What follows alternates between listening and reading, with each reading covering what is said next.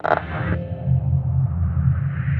everybody, this is Ross Miller with The Verge, and I am sitting here with Keith Valory, the CEO of Plex. Keith, thank you so much for joining us this week. Thanks for having me. I really appreciate being here. So I want to get into a lot of stuff, but let's start top level. I don't want to assume the viewer knows anything. What is Plex? So Plex is a media app that helps people manage all of their media collections. So video collections, photo collections, music collections. We add a lot of metadata and other related content to that and give you kind of powerful organizational tools, and then allows you to stream that to virtually all of your devices. All of our big screen apps are free, and honestly, that's been the goal over time, is to make sure as many people can use this as product as possible. So we want to make it free and kind of open up the funnel. With so many different media player apps, you're like juggling a number of code bases. And what is the support staff behind that now? How much of a hurdle is it to keep all these different apps supported? Because it's what smart TVs. You basically have as many almost as Netflix at this point. Because of with I don't know what that is, 7 or 8 languages, we're able to cover a lot, hundreds and hundreds of devices. And the big one, of course, that just came out, the popular one was the Apple TV one. You guys famously already had this post about it took 5 weeks to develop. We got this up just I think a week after the Apple TV launched.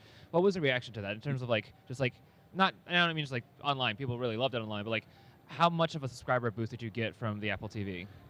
We absolutely got a subscriber boost. What was interesting as well is that a lot of our current users switched over to it very quickly.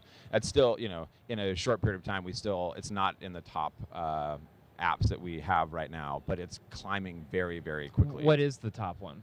I would say probably the Roku is probably the most used streaming device. The web app is actually probably the most used device, and the iOS and Android are pretty kind of neck and neck as well. So, and I was actually kind of curious. So you never got any issues in terms of the content itself. And I want to kind of get into this because Plex TV, you were started open source. You become a for-profit company. And a lot of the content that people use, it's their own personal media library, but we're not really talking about where that kind of comes from. I think it's fair to say piracy is a big part of that. And I think it makes Plex really nice is no matter what the content is, you don't discriminate. You do clean it up and make it nice, almost make it user-friendly. Right. What is your personal opinion on the piracy use of Plex? We certainly don't condone piracy at all, and there is lots of ways to get lots of great legitimate content into the system. We have music and photos, and a lot of guys on our team use kind of DVR'd content to get it into the system. Importantly, one of the important aspects of Plex is that you have this very secure, private content collection. Because we are managing people's photo libraries and their home video libraries, we don't have any view into the content that people have. And by our terms of service, we make sure that people have rights to that content. Part of Plex Pass now is you've actually somewhat become a content provider because Vivo is a part of that deal. Yep. Makes it much easier to get that. Something that was interesting that Netflix had said yesterday, the claim they make is whenever Netflix launches in a country, the piracy rate goes down. Now, obviously, very clear, you don't condone any piracy, and you don't know what people are using. But do you feel that there's an interest as you're going forward to kind of become a content provider in any way, shape, or form, in a sense that might more legitimize even the libraries and the content? Do you feel responsibility for that?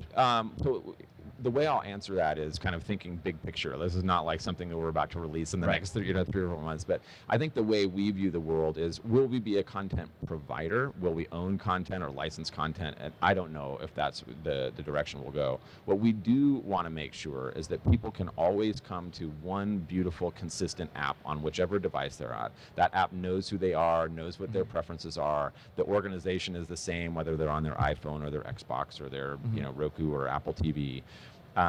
And I should be able to get you to the content you want, right? You should not have to go to all of these different silos and try and figure out gosh, I want to see this movie, but I don't know where I can find it. Right. We should be able to do that. So I think over time, whether it's us deep linking you into services like Netflix or Hulu or HBO, or us having some content deal, we want to make sure that you can come to one place and get all that content. Great. Well, Keith, thank you so much for sitting down with us. Yeah, I really appreciate it. And thank you everyone for watching. If you want any more CES news, any more gadget coverage, anything related to arts, culture, science, technology, you know the drill. You can check us out on theverge.com or subscribe to our YouTube channel. A lot more videos like this, and even ones with robots.